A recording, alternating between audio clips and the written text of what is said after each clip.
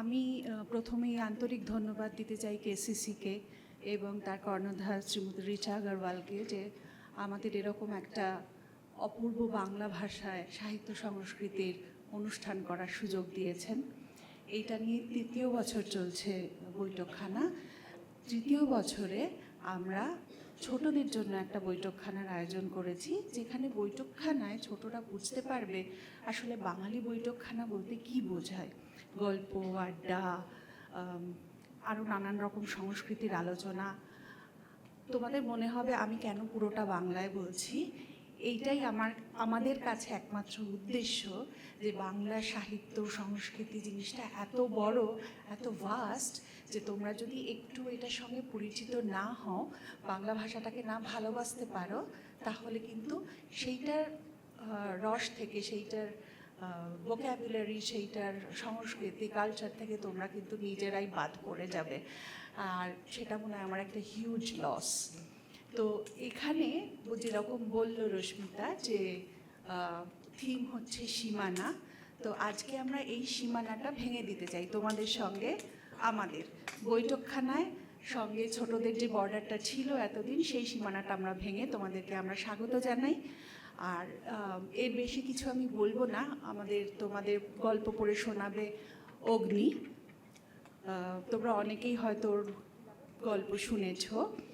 এবং আমি আরও একবার ধন্যবাদ দিতে চাই প্রিয়দর্শিনী গুহকে, কারণ বৈঠকখানার সঙ্গে তোমাদের সংযোগ করিয়ে দেওয়ার জন্য অনেক অনেক ধন্যবাদ প্রিয়দর্শিনী। আমি আর দেরি না করে অগ্নিকে ডেকে নিচ্ছি স্টেজে। অগ্নি, প্লিজ।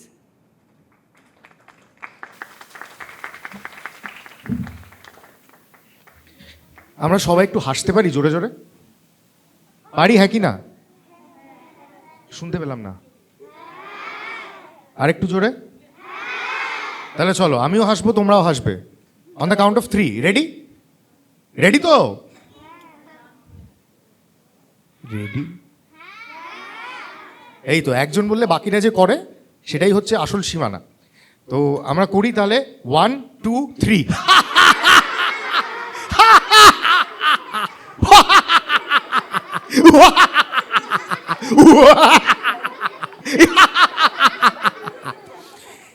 এবার তোমরা ভাবো আমরা কেন হাসি। এটা সুকুমার রায় আমাদের বলে গেছেন, পাচ্ছে হাসি হাসছি, তাই হাসির কোনো কারণ থাকতে হবে, তাই জন্য আমরা আরেকবার হাসবো। একটু হরলিক্স দেবো, কিছু দেবো, এনার্জি লাগবে একটু। তাহলে একটু ওই সোডার মতন পেট থেকে আমরা হাসতে পারি, ভস ভসিয়ে হাসতে পারি। সোডা যেমন ওই এরা থামস আপের ক্যাপ খুলে দিলে ফস করে বেরিয়ে আসে না, তেমনই আমরা একটু হাসবো। চলো 1, 2, 3।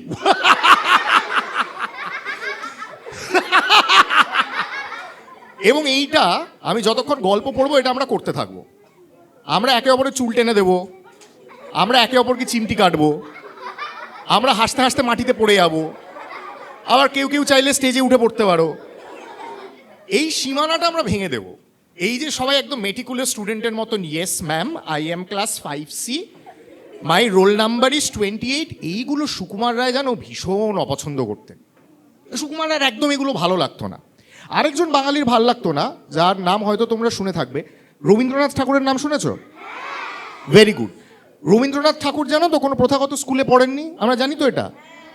এবার রবীন্দ্রনাথ শান্তিনিকেতনে বিশ্বভারতীর মতন একটা বিশ্ববিদ্যালয় প্রতিষ্ঠা করেছিলেন, যেখানে রবীন্দ্রনাথ বলেছিলেন পড়ালেখার কোনো সীমানা থাকবে না। কাজে এই যে কেসিসি বৈঠকখানায় আমরা সীমানা নিয়ে কথা বলছি, এই সীমানার বলা যেতে পারে পথিকৃৎ কিন্তু রবীন্দ্রনাথ ঠাকুর। এবার আমরা ভাবি সেই রবীন্দ্রনাথ ঠাকুর তিনিও তার জীবনের শেষের দিকে এসে কিছু ননসেন্স কবিতা লিখেছিলেন, তোমরা জানো? খুব ইন্টারেস্টিং। মানে আমরা আবোল তাবোল কজন পড়েছি, একটু হাত তুলি। আরে আমরা এত লোকে আবোল তাবোল পড়েছি। কেউ একটা আবোল তাবোল থেকে আমাকে 5 লাইন শোনাবে? যা মনে আছে শোনাও, ভুল শোনালেও শোনাও, যা ইচ্ছে। হ্যাঁ বলো, জোরে জোরে বলো ওখান থেকে। বাবুরাম চাপুরে কোথা যাস বাপুরে, আয় বাবা দেখে যা, দুটি সাপ রেখে যা, যে সাপের চোখ নেই, মুখ নেই, শিং নেই, কাটে নাকি পোষে না, কাউকে যে মারে না, করে না কো ছুটফাট, মারে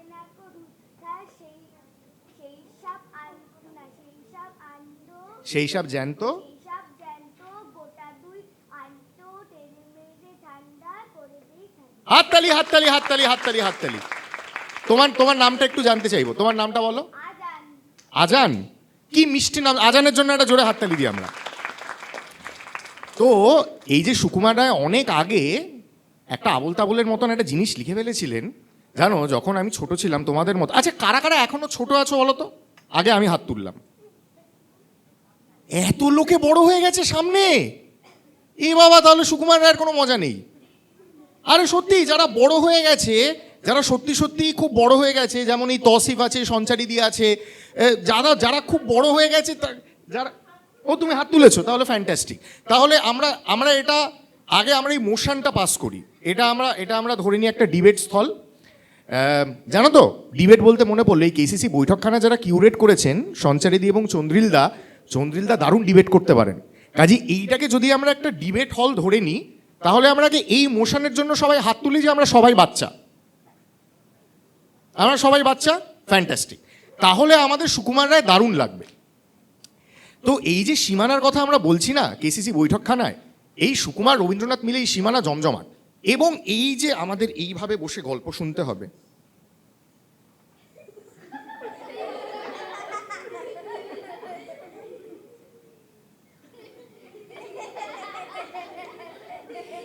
এই সীমানাগুলো কিন্তু সুকুমার রায় একেবারে ভেঙে চুড়ে ধ্বংস করে দিয়েছিলেন। হ্যাঁ, সুকুমার রায় এই সীমানাগুলো, এই যে খুব সিরিয়াসলি আমাদের সবসময় বসে থাকতে হবে, সবসময় একটা ভয়ঙ্কর সিরিয়াস নিয়ে, যে আমাদের স্যার ম্যামরা আমাদের নিয়ে এসছেন এরকম একটা প্রেস্টিজিয়াস জায়গায়, আমাদের খুব প্রথমে আমরা যেটা ডিসাইড করি, আমরা কেউ সিরিয়াস থাকবো না আজকে। রাজি হ্যাঁ কি না? আর একটু জোরে একটা হ্যাঁ শুনতে চাই। এই এনার্জিটা আমরা পরের আধ ঘন্টা মেনটেন করব, কারণ আমার আধ ঘন্টার সময় এরপরে আরও দারুণ দারুণ সমস্ত সেশন রয়েছে তোমাদের জন্য। কাজেই আচ্ছা, একটা কাজ করলে কেমন হয়, ধরো আমি হজবরলটা যেটা পড়লাম এখানে বসে পড়লাম, তারপরে পাগলা দাশুটা যদি তোমাদের মধ্যে গিয়ে পড়ি, মানে এই দলের ভাল লেগেছে, এটা বলছে না আপনি স্টেজেই থাকুন, আবার নেমে আসার কি দরকার, এরপরে আমি বাড়ি যাব, বাড়ি গিয়ে আমার হোমওয়ার্ক আছে, তারপর আমার গানের স্কুল আছে, তারপর আমার আঁকা স্কুল আছে।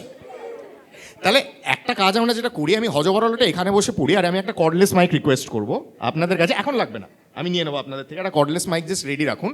আমি তাহলে দাশুটা এইখানে আমরা পড়বো, এবং যতক্ষণ আমরা পড়ছি আমরা সবাই মিলে যা তা করবো। আমরা হাসাহাসি করবো, একে অপরের চুল টেনে ধরবো, চিমটি কাটবো, ঠেলা দিয়ে চেয়ার থেকে ফেলে দেবো, জাস্ট হ্যাঁ এইটা আমরা করতে থাকবো। জাস্ট একটু দুটো জিনিস খেয়াল রাখবো, এখানে অনেকগুলো ক্যামেরা আছে, এই ক্যামেরাগুলোর উপরে কিন্তু কেউ পড়ে যেও না, তাহলে কিন্তু ভয়ঙ্কর ব্যাপার হবে। আচ্ছা, হজবরল কারা কারা পড়েছো একটু হাত দেখি। আচ্ছা, যারা যারা পড়োনি তাদের বলি, অ্যালিস ইন ওয়ান্ডারল্যান্ড কজন পড়েছো? অ্যালিস ইন ওয়ান্ডারল্যান্ড অনেকে পড়েছো, ভেরি গুড। যারা দুটোই পড়োনি তাদের জন্য আমি বলি, আমি যখন তোমাদের বয়সে ছিলাম তখনও আমি দুটোই পড়িনি। তো আমি হজবরল অ্যালিস ইন ওয়ান্ডারল্যান্ড দুটোই অনেক পরে পড়েছি, এবং না পড়াটা কোনো বড় ব্যাপার নয়, অনেক সময় আছে, পড়ে নিতে পারবে, কিন্তু পড়ার ইচ্ছেটা থাকতে হবে, এটা খুব ইম্পর্টেন্ট, যেটা সঞ্চারীদি বলল। তো অ্যালিস ইন ওয়ান্ডারল্যান্ড বা হজবরল একটা স্বপ্নের জগৎ। আমরা ঘুমিয়ে ঘুমিয়ে কজন স্বপ্ন দেখি? আমি আগে হাত তুললাম। তো আমাদের কারো স্বপ্ন ডাক্তার হব, আমাদের কারো স্বপ্ন ইঞ্জিনিয়ার হব, আমার যেমন স্বপ্ন তোমাদের সঙ্গে এই আধ ঘন্টা আড্ডা দেবো, এখন এই মুহূর্তে আমার স্বপ্ন। সুকুমার রায়ও যেন এরকম অদ্ভুত অদ্ভুত স্বপ্ন দেখতেন, এবং ওনার এই স্বপ্নগুলো একটু মানে ইংরেজি ভাষায় যাকে বলে একটু অ্যাবসার্ড ছিল, একটু উইয়ার্ড ছিল, বা বাংলা ভাষায় বলতে গেলে শীর্ষেন্দু মুখোপাধ্যায়ের ভাষায় বলতে গেলে একটু অদ্ভুতুড়ে ছিল ওনার স্বপ্নগুলো। উনি কী সব হতো ওনার স্বপ্নে, ওনার স্বপ্নে রুমাল হয়ে যেত বেড়াল। হ্যাঁ, ওনার স্বপ্নে ভাবো একটা রুমাল ছিল, বেড়াল হয়ে গেল। পড়েছো? আরে আমিও পড়েছি। তারপরে তোমরা জানো, আচ্ছা এখান থেকে টিবেট যাওয়ার রাস্তাটা কেউ জানো? টিবেট, টিনটিন টিবেটের টিবেট যাওয়ার রাস্তা। হ্যাঁ, টিবেট যাওয়ার একটা রাস্তা সুকুমার রায় স্বপ্নে দেখেছিলেন, রানাঘাট, ডায়মন্ড হারবার, তারপর নাকি তিব্বত। হ্যাঁ ভাবো, উনি বলতেন লোকাল ট্রেন করে আমি টিবেটে চলে যেতে পারি, প্রচণ্ড গরম পড়েছে, আমি একটু ঠান্ডার দেশে যেতে চাই, আমি লোকাল ট্রেন করে তিব্বত চলে যেতে পারি। তারপরে একটা লোক নানা রকম অদ্ভুত অদ্ভুত কথা ভেবে নিজের মনে হা হা করে হাসতো। তারপরে একটা লোক নানা রকম উদ্ভট গান করতো, যে গানের কোনো মাথা মুন্ডু নেই। তো সেই রকম একটা জায়গা আমি পড়ি, দেখো তো তোমরা কিছু বুঝতে পারছো না, আমি এখনো হজবরল কিছু বুঝতে পারি না জানো। আমার মনে হয় বাবা মানুষ এরকম স্বপ্ন দেখে। না, আমি একটা জায়গা তোমাদের পড়ে শোনাই। তো এই যে স্বপ্নটা দেখছে, ধরে নিই আমরা সবাই মিলে স্বপ্নটা দেখছি, আমি ভাবছি এই বেলা পথ খুঁজে বাড়ি ফেরা যাক, এমন সময় শুনি পাশেই একটা ঝোপের মধ্যে কিরকম শব্দ হচ্ছে, যেন কেউ হাসতে হাসতে আর কিছুতে হাসি সামলাতে পারছে না। চলো আমরা আরেকবার হাসি, হাসতে হাসতে এইরকম এইরকম ঠিক এরকম একটা শব্দ হচ্ছে। উঁকি মেরে দেখি একটা জন্তু, মানুষ না বাঁদর, পেঁচা না ভূত, কিছুই বোঝা যাচ্ছে না, খালি হাত পা ছুড়ে হাসছে আর বলছে উই গেল গেল গেল গেল গেল গেল, নাড়ি ভুড়ি সব ফেটে গেল। হঠাৎ আমায় দেখে সে একটু দম পেয়ে উঠে বলল, ভাগ্যিস তুমি এসে পড়লে, তা না হলে একটু হাসতে হাসতে পেট ফেটে যাচ্ছিল। আমি বললাম, তুমি এমন সাংঘাতিক রকম হাসছো কেন? জন্তুটা কি বললো জানো? জন্তুটা বলল, কেন হাসছি শুনবে? মনে করো পৃথিবীটা যদি চ্যাপ্টা হতো আর সব জল গড়িয়ে ডাঙায় এসে পড়তো, আর ডাঙার মাটি ঘুলিয়ে প্যাচ প্যাচে কাদা হয়ে যেত, আর লোকগুলো সব তার মধ্যে ধপধপ ধপধপ আছাড় খেয়ে পড়ে যেত। এই বলে সে আবার হাসতে হাসতে লুটিয়ে পড়লো। আমি বললাম, কি আশ্চর্য, এর জন্য তুমি এত ভয়ানক করে হাসছো? মানে ও আমাদের মতো বুঝতেই পারছে না এর জন্য হাসার কি আছে। সে আবার হাসি থামিয়ে বলল, না না, শুধু এর জন্য নয়, মনে করো একজন লোক আসছে, তার এক হাতে সাজি বাটি, এক হাতে কুলপি বরফ। এবার হয়েছে কি, লোকটা ভুল করে কুলপির বদলে সাজি বাটি খেয়ে ফেলেছে। আমি বললাম, কেন তুমি সব অসম্ভব কথা ভেবে খামোকা হেসে হেসে কষ্ট পাচ্ছ? সে বলল, না না, সব কি আর অসম্ভব? মনে করো একজন লোক টিকটিকি পোষে, হ্যাঁ, রোজ তাদের নাইয়ে খাইয়ে শুকোতে দেয়। একদিন একটা রাম ছাগল এসে সব টিকটিকি খেয়ে ফেলেছে। জন্তুটার রকম সকম দেখে আমার ভারী অদ্ভুত লাগলো। আমি জিজ্ঞাসা করলাম, এই তুমি কে বলো তো, তোমার নাম কি? সে খানিকক্ষণ ভেবে বলল, আমার নাম কি জানে, আমার নাম কি নাম? হ্যাঁ, সে বললে আমার নাম হিজিবিজবিজ। আমার নাম হিজিবিজবিজ, আমার ভাইয়ের নাম হিজিবিজবিজ, আমার বাবার নাম হিজিবিজবিজ, আমার পিসির নাম হিজিবিজবিজ। আমি বললাম, আরে তার চেয়ে সোজা বললেই হয়, তোমার গোষ্ঠী শুদ্ধ সবাই হিজিবিজবিজ। সে আবার খানিক ভেবে বললে, তা তো নয়, আমার নাম তোকাই, আমার বাবার নাম তোকাই, আমার খুড়োর নাম তোকাই, আমার মেশোর নাম তোকাই, আমার শ্বশুরের নাম তোকাই। আমি ধমক দিয়ে বললাম, এই সত্যি বলছো না বানিয়ে? জন্তুটা কেমন থতমত খেয়ে বলল, হ্যাঁ কি একটা বললে? হ্যাঁ, জন্তুটা কেমন থতমত খেয়ে বলল, না না, আমার শ্বশুরের নাম বিস্কুট। আমার ভয়ানক রাগ হলো, তেড়ে বললাম, এই তোমার একটা কথাও বিশ্বাস করি না।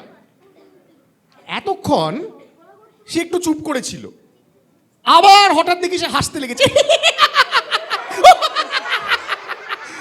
আমি বললাম, আবার হাসবার কি হলো? সে বলল, সেই একজন লোক ছিল, সে মাঝে মাঝে এমন ভয়ঙ্কর নাক ডাকাতো যে সবাই তার উপর চটা ছিল। একদিন তাদের বাড়ি বাজ পড়েছে, আর অমনি সবাই দৌড়ে এসে তাকে দমাদম মারতে লেগেছে। আমি বললাম, যত সব বাজে কথা। এই বলে যেই ফিরতে গেছি, অমনি চেয়ে দেখি একটা ন্যাড়া মাথা কে যেন যাত্রার ঝুড়ির মতো চাপকানার পায়জামা পরে হাসি হাসি মুখ করে আমার দিকে তাকিয়ে আছে। হ্যাঁ, দেখে আমার গা জ্বলে গেল।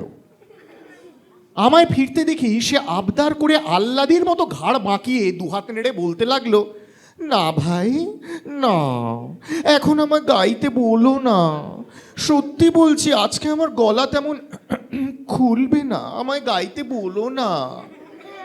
আমি বললাম, আরে কি আপদ, কে তোমায় গাইতে বলেছে?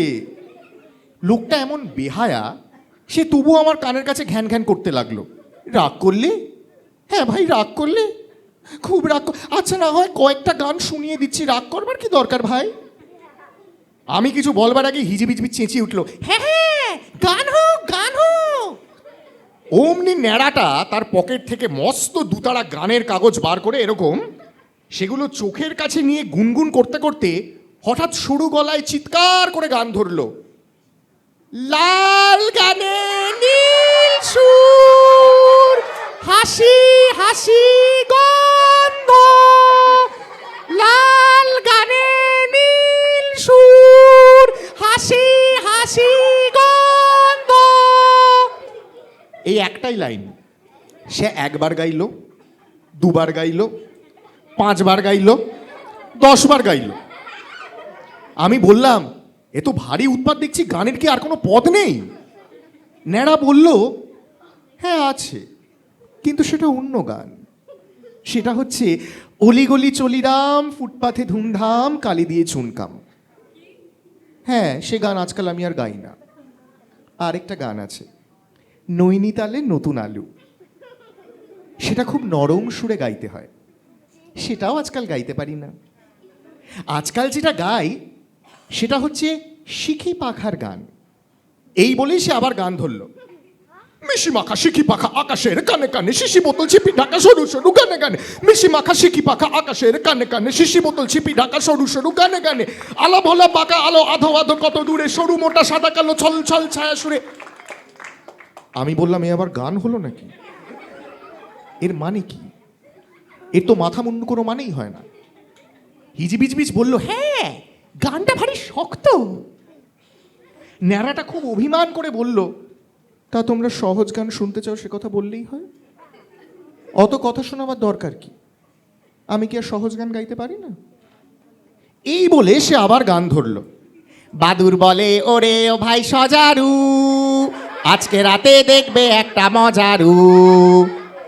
আমি বললাম, এই মজারু বলে কোনো কথা হয় না। ন্যাড়া বলল, কেন হবে না? আলবাত হয়, সজারু, ক্যাঙারু, দেবদারু সব হতে পারে, মজারু কেন হবে না? ছাগল বলল, একটা ছাগলও আছে এর মধ্যে। কোনটা কোনটা? মজারুটা আবার বলছি, এই আবার পুরোটাই আছে।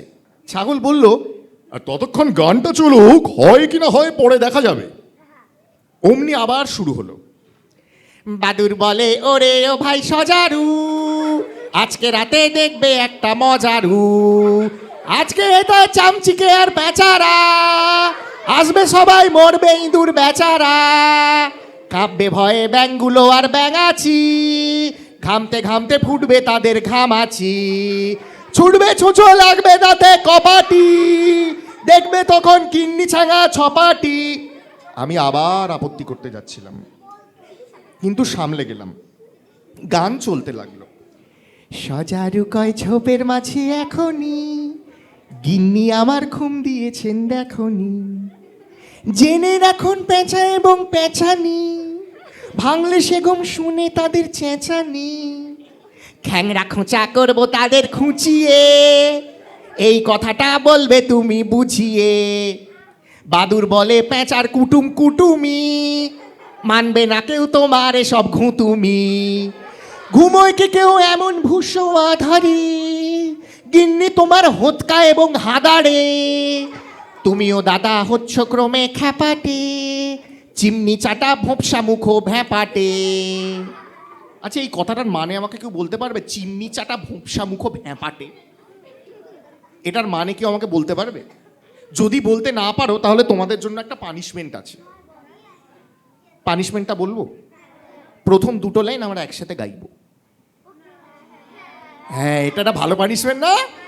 এটা একটা দারুণ পানিশমেন্ট না? হ্যাঁ হ্যাঁ, তাহলে আমরা আগে কথাগুলো একটু মনের মধ্যে সাজিয়ে নিই। বাদুর বলে ওরে ও ভাই সজারু, আজকে রাতে দেখবে একটা মজারু। কি বললাম এবার আমরা সবাই একসাথে রিপিট করি, চলো 1 2 3। বাদুর বলে ওরে ও ভাই সজারু, আজকে রাতে দেখবে একটা মজারু। এবার তোমরা বলো, আমি বলবো না, চলো 1 2 3।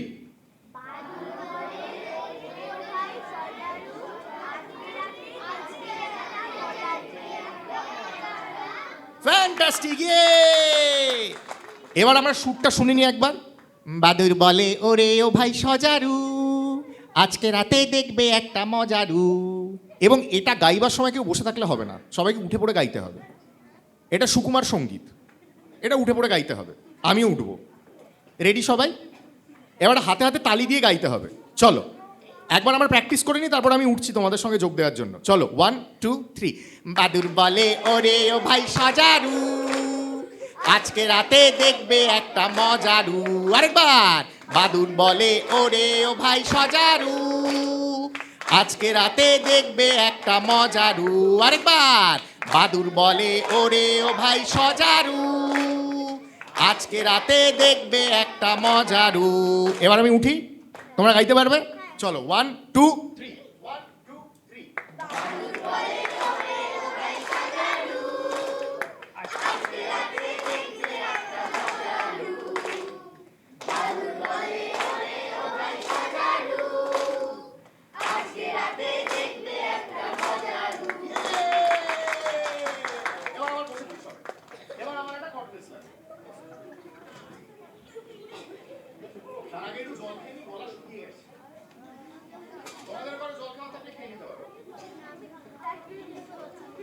অগ্নিদা, তুমি এটা কোথা থেকে করবে? দাঁড়িয়ে দাঁড়িয়ে করবে? এখানে এই স্পেসটা তাহলে আমি ক্যামেরা খুলে নিয়ে এ করে নিচ্ছি। পিছনে।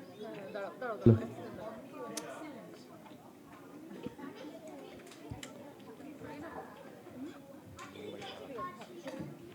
এখানেই থাক। এইবারে যেটা শোনাবো না, আচ্ছা তোমরা কারা কারা খুব দুষ্টুমি করো বলো তো?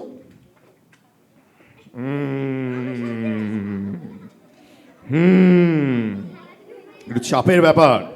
কারা কারা দুষ্টুমি করতে গিয়ে খুব বকা খাও? বকা খাও? কিন্তু খাও না, খাও না বকা? খাও তো? খাই আবার খাও আবার আচ্ছা কারা কারা এমন বুদ্ধি করে দুষ্টুমি করো যাতে বকা না খেতে হয়? আমিও এই দলে পড়ি, আমি এখনো করি। হ্যাঁ হ্যাঁ, আমি এখনো লোকে চুল টেনে দিই। এই দিদিকে জিজ্ঞেস করো, এই দিদি আমার সঙ্গে অফিসে কাজ করে, শ্রেষ্ঠা দিকে জিজ্ঞেস করো, আমি এখন লোকে চুল টেনে দিই, মাথায় চাটি মেরে দিই, তো এরকম করি আমি। তাহলে আমি তোমাদের এমন একটা ছেলের গল্প বলি যে ভয়ঙ্কর দুষ্টু।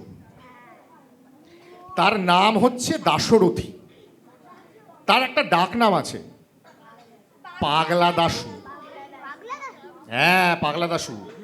ছেলেটার ভালো নাম যে দাশরথী আমরা ভুলেই গেছি, তাকে আমরা সবাই পাগলা দাশু বলে ডাকি। যেমন আমরা MS ধোনিকে থালা বলে ডাকি, যেমন আমরা সৌরভ গাঙ্গুলিকে ডাকি দাদা বলে, ঠিক যেমন আমরা ক্রিশ্চিয়ানো রোনাল্ডোকে ডাকি CR7 বলে, ঠিক তেমনই আমরা দাশরথীকে ডাকি পাগলা দাশু বলে।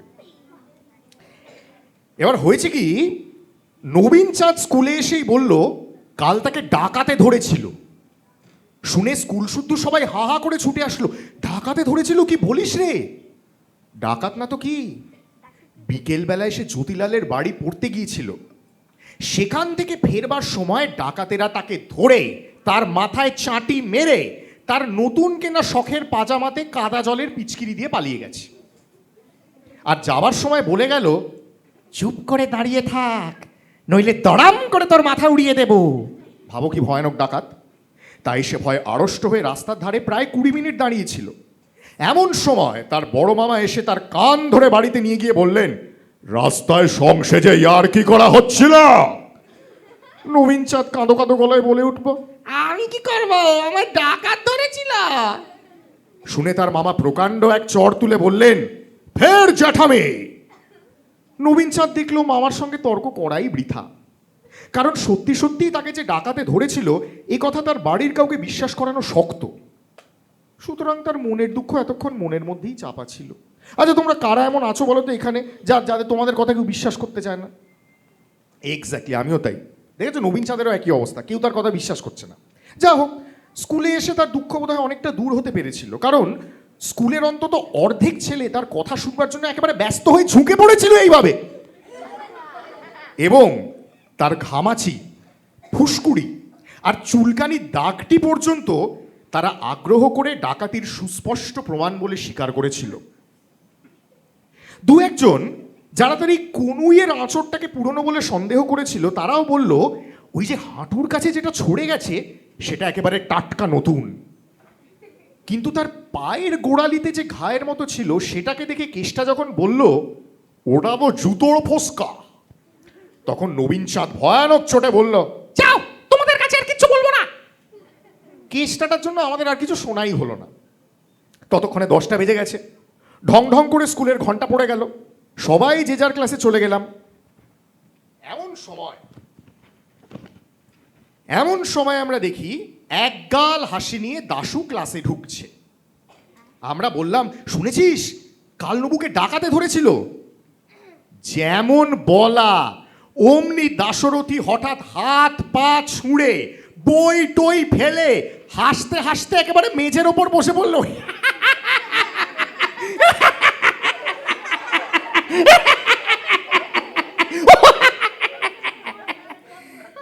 পেটে হাত দিয়ে গড়াগড়ি করে একবার চিত হয়ে একবার উপুড় হয়ে তার হাসি আর কিছুতেই থামে না। দেখে আমরা তো অবাক। পণ্ডিত মশাই ক্লাসে এসেছেন, তখনও পুরো দমে তার হাসি চলছে। সবাই ভাবলো ছোঁড়াটা খেপে গেল নাকি। যা হোক, খুব খানিকটা হুটোপুটির পর সে ঠান্ডা হয়ে বইটই গুটিয়ে বেঞ্চের ওপর উঠে বসলো। পণ্ডিত মশাই বললেন, ওরকম হাসছিলে কেন?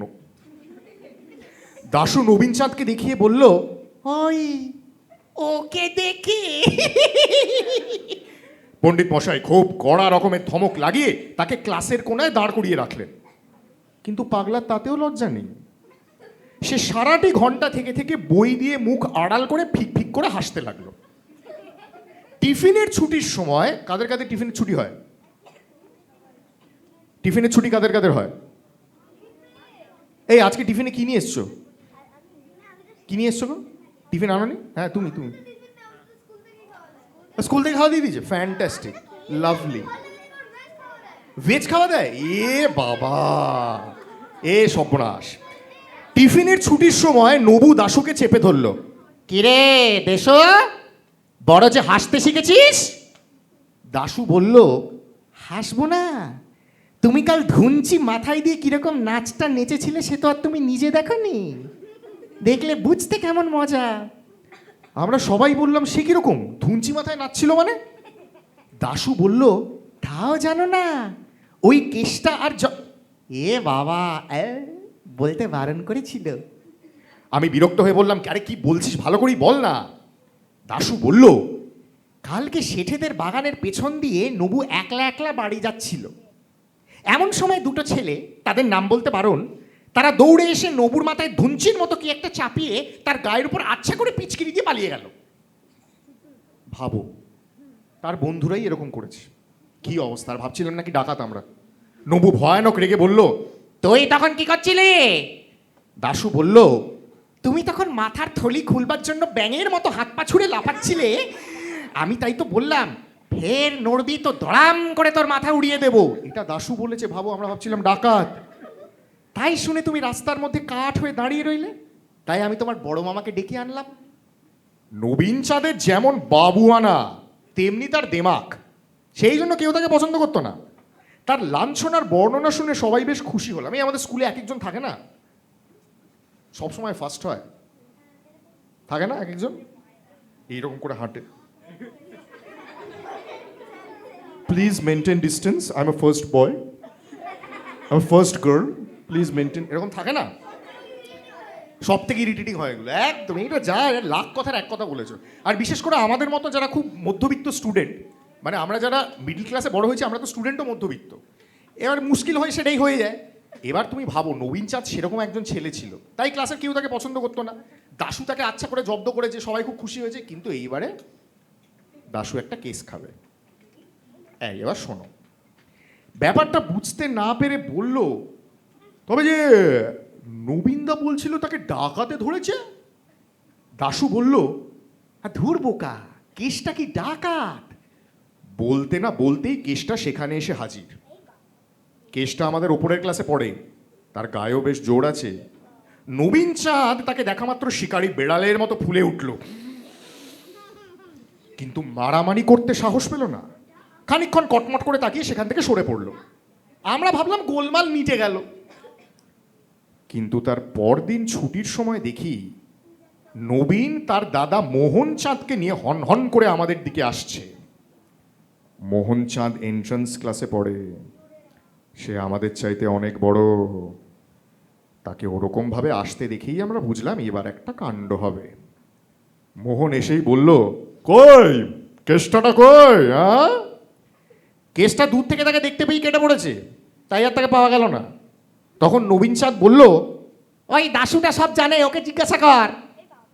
মোহন বলল, কে ছোকরা, তুমি সব জানো নাকি? দাশু বলল, না না, সব আর জানবো কোত্থেকে, এই তো সবে 4th ক্লাসে পড়ি, একটু ইংরেজি জানি, একটু ভূগোল, বাংলা, জিওমেট্রি, অ্যালজেব্রা। মোহন চাঁদ ধমক দিয়ে বলল, এই সেদিন নবুকে যে কা সব ঠেঙিয়েছিল, তুমি তার কিছু জানো কি না? দাশু বলল, ঠেঙায়নি তো, মেরেছিল, খুব আস্তে মেরেছিল। মোহন একটুখানি ভেঙচিয়ে বলল, খুব আস্তে মেরেছে না? তা কতখানি আস্তে শুনি তো? দাশু বলল, সে কিছুই না, ওরকম মারলে একটু লাগে না। মোহন আবার ব্যঙ্গ করে বলল, তাই নাকি? কিরকম মারলে পরে লাগে? দাশু খানিকটা মাথা চুলকিয়ে তারপর বললে, ওই সেবার হেডমাস্টার মশাই তোমায় যেমন মেরেছিলেন সেই রকম। এই কথায় মোহন ভয়ানক চোটে দাশুর কান মলে দিয়ে চিৎকার করে বলল, দেখ বেয়াদব, ফের চ্যাঠামি করবি তো চাপকে লাল করে দেবো। তুই সেখানে ছিলি কিনা, আর কি কি দেখেছিলি সব খুলে বলবি কিনা? জানোই তো দাশুর মেজাজ কেমন পাগলাটে গোছের। সে একটুখানি কানে হাত বুলিয়ে তারপর মোহন চাঁদকে ভীষণভাবে আক্রমণ করে বসলো। কিল, ঘুষি, চড়, আঁচড়, কামড়, সে এমনই চটপট চালিয়ে গেল যে আমরা সবাই হাঁ করে তাকিয়ে রইলাম। মোহন বোধহয় স্বপ্নেও ভাবেনি 4th ক্লাসের একটা রোগা ছেলে তাকে অমনভাবে তেড়ে আসতে সাহস পাবে। তাই সে একেবারে থতমত খেয়ে কেমন যেন লড়তেই পারলো না। কারা কারা মারামারি করো স্কুলে? ওই দেখো তোমাদেরই সমগোত্রীয় দাশু এমন মেরেছে মোহনচাঁদকে, মোহনচাঁদ উঠতে পারেনি। এগুলো করো না স্কুলে। দাশু তাকে 5 সেকেন্ডের মধ্যে মাটিতে চিৎ করে ফেলে হাঁপাতে হাঁপাতে বলল, হ্যাঁ, এর চাইতেও না ঢের আস্তে মেরেছিল। এন্ট্রান্স ক্লাসের কয়েকটা ছেলে সেখানে দাঁড়িয়েছিল। তারা যদি মোহনকে সামলে না ফেলতো তাহলে সেদিন তার হাত থেকে দাশুকে বাঁচানোই মুশকিল হতো। পরে একদিন কেষ্টাকে জিজ্ঞেস করা হয়েছিল, হ্যাঁ রে নবুকে সেদিন তোরা অমন করলি কেন? কেষ্টা কি বললো জানো? Any guess? কেষ্টা বলল, ওই দাশুটাই তো শিখিয়েছিল ওরকম করতে, আর বলেছিল তাহলে 1 সের জিলিপি পাবি। কাদের জিলিপি পছন্দ? হ্যাঁ, এই জিলিপির লোভে এইসব করেছে। আমরা বললাম, কই আমাদের তো ভাগ দিলি নে? কেষ্টা বলল, সে কথা আর বলিস কেন, জিলিপি চাইতে গেলুম, হতভাগা বলে কি না, আমার কাছে কেন, ময়রার দোকানে যা না, মিষ্টির দোকানে যা, পয়সা ফেলে দে, যত চাস জিলিপি পাবি। দাশু জিলিপিও খাওয়ালো না, কেসটাও খাওয়ালো। খাওয়ানোর কথা ছিল জিলিপি, কেসটাকে খাওয়ালো কেস। আচ্ছা, শেষের একটা প্রশ্ন তোমাদের জন্য সুকুমার রায় লিখে রেখে গেছেন, তোমাদের থেকে আনসার নেব।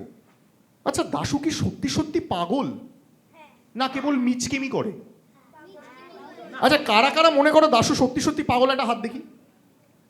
আর কাদের কাদের মনে হয় দাশু মিচকেমি করে, একটা হাত দেখি।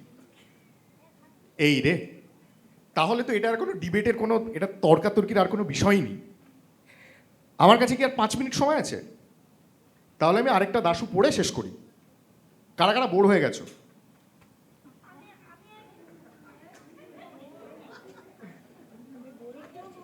এক, 2, 3, 4, আমি নিজেই হয়ে গেছি, কাজে আমি নিজেই হাত তুলে দিয়েছি।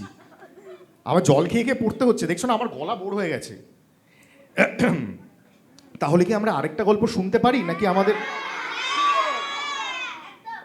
আমাদের মনে হচ্ছে যে একটু থাকে, একটু বাইরে গিয়ে খাওয়া দাওয়া করে আসি, এবার একটু বোরিং ব্যাপারটা থাক। আরে এমনি বলছিলাম, আমার তো ভালোই লাগে এসব প্রশংসা শুনলে। হ্যাঁ স্যার, বলুন স্যার, বলুন স্যার। আপনি আবল তাবল শোনাতে চান? বলুন স্যার, চেঁচিয়ে বলুন, আর মাইকে বলে দিন, আসুন। আয়রে ভোলা খেয়াল খোলা স্বপন দোলা নাচি আয়, আয়রে পাগল আবল তাবল মট্ট মাদল বাঁচি আয়, আয় যেখানে খ্যাপার তালে নাইকো মানে নাইকো সুর, আয় যেখানে উদাও হাওয়ায় মন ভেসে যায় কোন সুদূর, আয় খ্যাপা মন গুছিয়ে বাঁধন দাগিয়ে নাটন তাজিং জিং, আয় বেয়ারা সৃষ্টি সারা নিয়ম হারা হিসাবহীন, আজ গুবিটার বেকিক বেটার মাতনিয়াটার রঙ্গেতে আয়ের তবে ভুলের ভাবে আসম্ভবের সঙ্গেতে। নমস্কার। তোমার বেস্ট পার্টটা ছিল লাস্টে নমস্কার করাটা, এইটা সবচেয়ে ভালো। তোমার নামটা একটু বলো। অহন ভট্টাচার্য। অহনের জন্য একটা জোরে হাততালি হোক। ইয়ে কহন, ক গ ও গহন, ও কি মিষ্টি নাম, গহন ভট্টাচার্য। ক খ গ না, ক খ গ, ঠিক ঠিক, সরি সরি সরি সরি, ওই আমার স্বরবর্ণ ব্যঞ্জন বর্ণ গুলিয়ে গেছে। অয়ের জায়গায় আমি ভুল করে আমি গয়ের জায়গায় অ বলে ফেলেছি। আসলে সুকুমার রায় পড়ছি তো, বুঝতে পেরেছি, সুকুমার রায় পড়তে পড়তে মাথার মধ্যে সব গুলিয়ে যাচ্ছে। গহন ভট্টাচার্য, আমার মনে থাকবে তোমার নাম। আচ্ছা, আমরা কারা কারা স্কুলের অ্যানুয়াল ফাংশনে পার্টিসিপেট করি? Very good. কারা কারা নাচি বা গান করি বা এরকম কিছু করি? সবাই করি। কারা কারা নাটকে পার্টিসিপেট করি, মানে ড্রামা, এনিথিং, ডান্স ড্রামা বা, সবাই নাটকে পার্টিসিপেট করো? দাশু একবার নাটকে পার্টিসিপেট করেছিল। এইবার যে দাশু নাটকে পার্টিসিপেট করলো, তোমাদের কি মনে হয় নাটকটা তো আবার ঠিকভাবে নেমেছিল? যতটা বাজে হতো তার থেকে গোলমাল হয়ে গেছিল। তাহলে দেখি আমরা কি হলো। যা হওয়ার ছিল সেটা হলো না, কি বলবো, সেটাও হলো না। আর কি, তাহলে আমরা দেখি যে আলটিমেটলি কি হলো। স্কুলের ছুটির দিন, স্কুলের পরেই ছাত্র সমিতির অধিবেশন হবে, তাতে ছেলেরা মিলে অভিনয় করবে। দাশুর ভারী ইচ্ছে ছিল সেও একটা কিছু অভিনয় করে।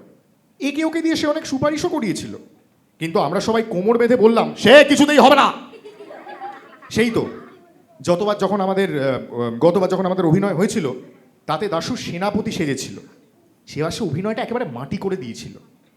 যখন ত্রিচুড়ের গুপ্তচর সেনাপতির সঙ্গে ঝগড়া করে তাকে দ্বন্দ্বযুদ্ধে আহ্বান করে বলল, সাহস থাকিলে তবে খোলো তলোয়ার, দাশুর তখন তবে আয় সম্মুখ সমরে বলে তখনই তলোয়ার খুলবার কথা। কিন্তু দাশুটা আনাড়ির মতো টানাটানি করতে গিয়ে তলোয়ার তো খুলতেই পারলো না, মাঝ থেকে ঘাবড়ে গিয়ে কথাগুলোও বলতে ভুলে গেল। প্রপ আটকে গেছে, ডায়লগ ভুলে গেছে, ভাবো।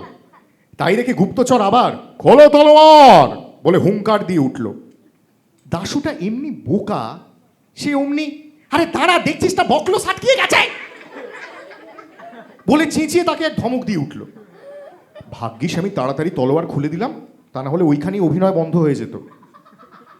তারপর শেষের দিকে রাজা যখন জিজ্ঞেস করলেন, কি বা চাহ পুরস্কার কহ সেনাপতি, তখন দাশুর বলবার কথা ছিল নিত্যকাল থাকে যেন রাজপদে মতি। কিন্তু দাশুটা তার না বলে তার পরের আরেকটা লাইন আরম্ভ করে হঠাৎ জিপ কেটে স্টেজের ওপর এই ভুলে গেছিলাম বলে আমার দিকে তাকিয়ে হাসতে লাগলো। আমি কটমট করে তাকাতে সে তাড়াতাড়ি নিজেকে সামলে নিয়ে ঠিক লাইনটা আরম্ভ করলো। এরকম ছেলেকে আর চান্স দেওয়া যায় তোমরা বলো? একদম না, এক্স্যাক্টলি। তাই এবারে তার নাম হতেই আমরা জোর করে বলে উঠলাম, না না সে কিছুতেই হবে না। বিশু বলল, দাশু অ্যাক্টিং করবে, তাহলেই হয়েছে। ট্যাপা বলল, তার চাইতে ভজু মালিকে ডেকে আনলেই হয়। দাশু বেচারা প্রথমে খুব মিনতি করলো, তারপর চটে উঠল, তারপর কেমন মুষড়ে গিয়ে মুখ হাঁড়ি করে বসে রইল। যে কদিন আমাদের রিহার্সাল চলছিল, দাশু রোজ এসে চুপটি করে হলের এক কোনায় বসে বসে আমাদের অভিনয় শুনতো। এমনি এমনি আসেনি, ধান্দা আছে।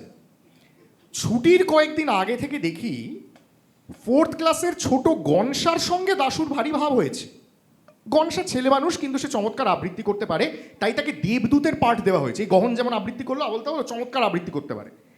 দাশু রোজ তাকে নানা রকম খাবার এনে খাওয়ায়, রঙিন পেন্সিল আর ছবির বই এনে দেয়, আর বলে যে ছুটির দিন তাকে একটা ফুটবল কিনে দেবে। হঠাৎ গনসার উপর দাশুর এতখানি টান হবার কোনো কারণ আমরা বুঝতে পারলাম না। তোমরা বুঝতে পারছো কি? হ্যাঁ, পাঠটা পাওয়ার জন্য। কেবল দেখতে পেলাম গনসাটা খেলনা আর খাবার পেয়ে দাশুদার একজন পরম ভক্ত হয়ে উঠতে লাগলো। ছুটির দিনে আমরা যখন অভিনয়ের জন্য প্রস্তুত হচ্ছি, তখন আসল ব্যাপারটা বুঝতে পারা গেল। 2:30 বাজতে না বাজতেই দেখা গেল দাশু ভায়া সাজঘরে ঢুকে পোশাক পরতে আরম্ভ করেছে। আমরা জিজ্ঞেস করলাম, কিরে তুই এখানে কি করছিস? দাশু বলল, বাহ, পোশাক পরবো না? আমি বললাম, পোশাক পরবি কিরে, তুই তো আর অ্যাক্টিং করবি না। দাশু বলল, বাহ, খুব তো খবর রাখো, আজকে দেবদূতকে সাজবে জানো? হঠাৎ শুনে আমাদের মনে কেমন একটা খটকা লাগলো। আমি বললাম, কেন, গনসার কি হলো? কি হয়েছে তা গনসাকে জিজ্ঞেস করলেই পারো। তখন চেয়ে দেখি সবাই এসেছে, কেবল গনসাই আসেনি। অমনি রামপদ, বিশু আর আমি ছুটে বেরোলাম গনসার খোঁজে। সারা স্কুল খুঁজে শেষটায় টিফিন ঘরের পেছনে হতভাগাকে খুঁজে পাওয়া গেল। সে আমাদের দেখেই পালাবার চেষ্টা করছিল, কিন্তু আমরা তাকে চটপট গ্রেপ্তার করে টেনে নিয়ে চললাম। গনসা কাঁদতে লাগলো, না আমি কখনো অ্যাক্টিং করব না, তাহলে দাশুদা আমায় ফুটবল দেবে না, আমি অ্যাক্টিং করব না। আমরা তবু তাকে হিঁচড়ে টেনে নিয়ে যাচ্ছি। এমন সময়, কাদের কাদের অঙ্ক করতে ভালো লাগে এখানে? আমার বুক ধুকধুক করে অঙ্ক শুনলেই। এমন সময় অঙ্কের মাস্টার হরিবাবু সেখানে এসে উপস্থিত। তিনি আমাদের দেখি ভয়ঙ্কর চোখ লাল করে ধমক দিয়ে উঠলেন, তিনটে ধাড়ি ছেলে মিলে ওই কচি ছেলেটার পেছনে লেগেছিস, তোদের লজ্জা নেই? বলেই আমাকে, বিশুকে একটি একটি করে চড় মেরে আর রামপদর কান মলে দিয়ে হনহন করে চলে গেলেন। এই সুযোগে হাতছাড়া হয়ে গণেশচন্দ্র আবার চম্পট দিল। আমরা অপমানটা হজম করে ফিরে এলাম। এসে দেখি দাশুর সঙ্গে রাখালের মহা ঝগড়া লেগে গেছে। রাখাল বলছে, তোকে আজ কিছুতেই দেবদূত সাজতে দেওয়া হবে না। দাশু বলছে, বেশ তো, তাহলে আর কেউ দেবদূত সাজুক, আমি রাজা কিংবা মন্ত্রী সাজি। 5-6টা পাঠ আমার মুখস্থ হয়ে আছে। ভাবো, বসে বসে রিহার্সাল শুনে শুনে 5-6টা পাঠ মুখস্থ করে ফেলেছি। কি ধান্দাবাজ ছেলে ভাবো। এমন সময় আমরা এসে খবর দিলাম গনসাকে কিছুতেই রাজি করানো গেল না। তখন অনেক তর্ক বিতর্ক আর ঝগড়াঝাঁটির পর স্থির হলো দাশুকে আর ঘাঁটিয়ে দরকার নেই, তাকেই দেবদূত সাজতে দেওয়া হোক। শুনে দাশু খুব খুশি হলো আর আমাদের শাসিয়ে রাখলো, আবার যদি তোরা কেউ গোলমাল করিস তাহলে কিন্তু গতবারের মতো সব ভণ্ডুল করে দেব। অভিনয় আরম্ভ হলো। প্রথম দৃশ্যে দাশু বিশেষ কিছু গোলমাল করেনি, খালি স্টেজের সামনে একবার পানের পিক ফেলেছিল। কিন্তু তৃতীয় দৃশ্যে এসে সে একটু বাড়াবাড়ি আরম্ভ করলো। এক জায়গায় তার খালি বলবার কথা, দেবতা বিমুখ হলে মানুষ কি পারে, কিন্তু সে এই কথাটুকুর আগে কোত্থেকে আরো 4-5 লাইন জুড়ে দিল। আমি তাই নিয়ে আপত্তি করেছিলাম, কিন্তু দাশু বলল, তোমরা যে লম্বা বক্তৃতা করো সেবেলা দোষ হয় না, আমি দুটো বেশি কথা বললেই যত দোষ।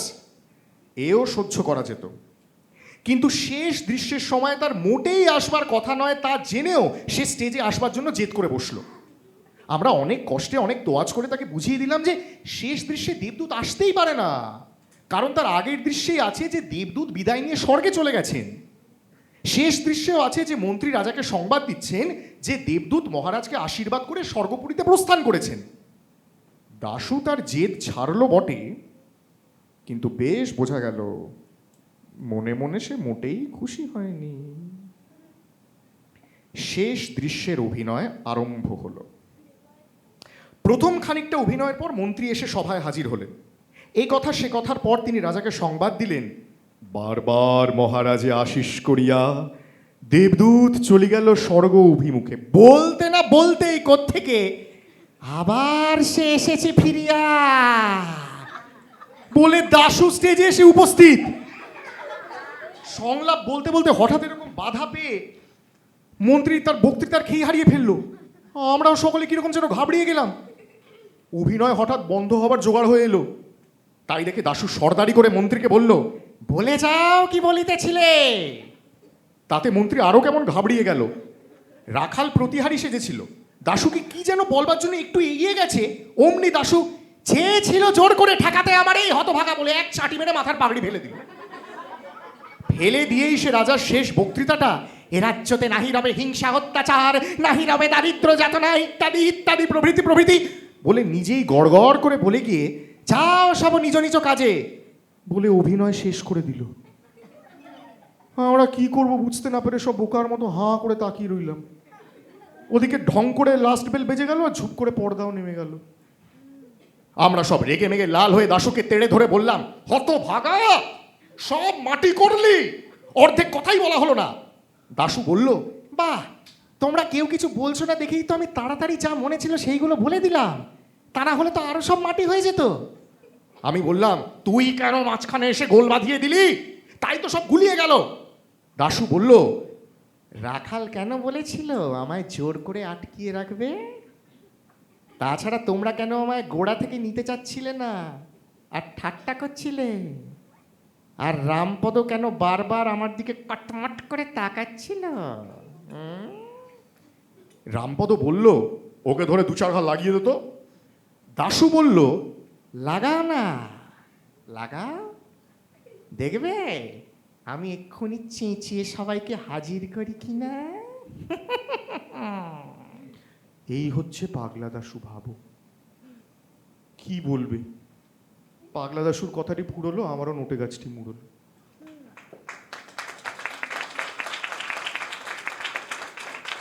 তোমাদের যদি গল্পগুলো ভালো লেগে থাকে এবং তোমাদের যদি মনে হয় এই গল্পগুলো আরও তোমাদের পড়া উচিত, আরও তোমাদের শোনা উচিত, তাহলে আমার তরফ থেকে তোমাদের জন্য একটা রিকোয়েস্ট থাকবে। একটা রিকোয়েস্ট করতে পারি তোমাদের?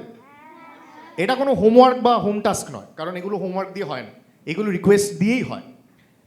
তোমরা বড় হয়েও সুকুমার রায় পড়বে। আর এই আমরা তো দেখো, আমি এখন বড় হইনি, যারা যারা বড় হয়ে যায় তারাও নাকি অনেক সময় সুকুমার রায় পড়ে, এবং শুনেছি তারা পড়ে আবার অন্যরকম কিছু ভাবতে পারে। কাজেই ছোট বড় এই সীমানা ঘুচিয়ে দিয়ে কেসিসি বৈঠকখানার এই 3য় অধ্যায়ের, যেটার মূল সূত্র হচ্ছে সীমানা, আমার মনে হয় সুকুমার রায় সবচেয়ে বড় সীমানা, যিনি ছোট বড় সীমানাটা অক্লেশে ঘুচিয়ে দিতে পারতেন। Thank you.